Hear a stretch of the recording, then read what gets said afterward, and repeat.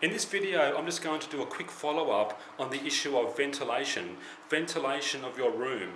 If you're living here in Thailand, and this advice might apply to any other country, but I happen to be in Thailand, especially if you've got like a budget room, a budget apartment room, a condo, ventilation is very important. And I've got a whole series of videos on my channel that I've called Finding a Room, about 9 or 10 parts, and part 1 was ventilation. And the room I'm in now is a great illustration of what I talked about in that video. So it's just a recap and an example and illustration of what I talk about. I've got a room now where I've moved and I've got no air conditioning. And yes, you can live in Thailand without air conditioning, and it's good as well because you really need to get acclimatized and used to the heat in Thailand. So even if you have air conditioning, you don't want to use it 24/7, you actually want to get acclimatized to the heat.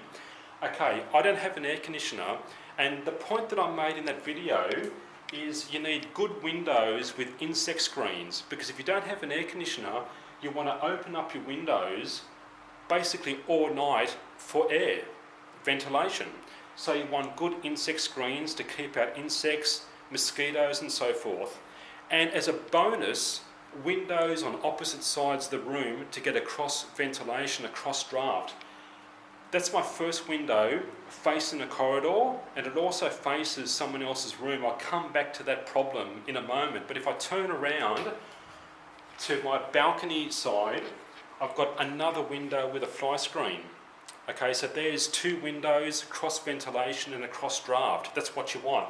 I've got a door to the balcony, and normally most doors don't have screens in these budget rooms, so I filmed that video in a condo where I lived, and it was a glass sliding door without a screen.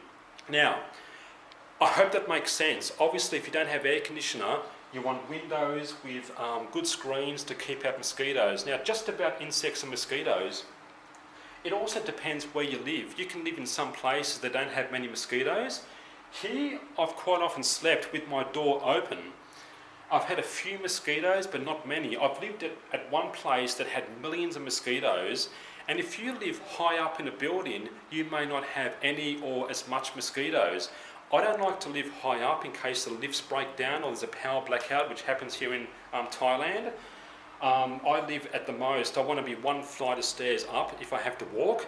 But if you do live high up, maybe you'll have less insects and mosquitoes. But basically you want to have screens to keep the insects and geckos even out at night time. Okay, and also the cross ventilation from opposite windows is a bonus. The very last point that I want to make in this video is the problem with that. If you don't have an air conditioner, if you've got your windows open, you run the risk of letting the sounds and smells of Thailand into your room. If you're trying to sleep at night, that can be a problem. Now, earplugs might be a good option you can try. I don't mean to start complaining about Thailand, but it can be an annoying place to live. Now, for example, again, I'm not going to whinge, but, well, I am, but this is just my experience. I've got people living across the hallway in that room there. Their window's always open. This happened at the condo as well. Annoying neighbours everywhere. Loud TV, loud talking, cigarette smoke coming in. And I quite often have to close this window.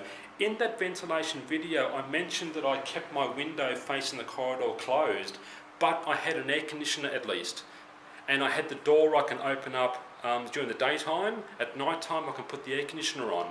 The problem here is I've got no air conditioner, and you can see how I quite often have to close my window to keep out their noise and smell and cigarette smoke. The guy comes out to the front door there and smokes a cigarette, so it is quite annoying.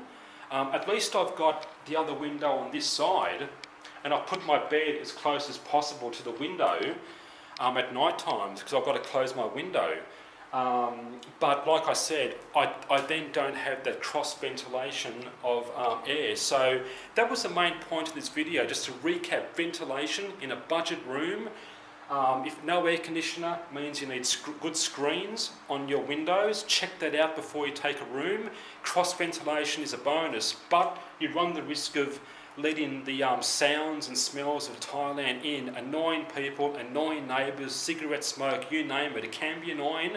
I don't mean to whinge about Thailand, I'm sorry, but there it goes. So, and you really don't want that. Having lived here, I've learned that you really don't want a window facing to another room across the hallway. If you don't have that window, you then don't have your cross flow of air. So that is a problem to look out for if you're looking for a room in Thailand. I hope that makes sense, and I'll see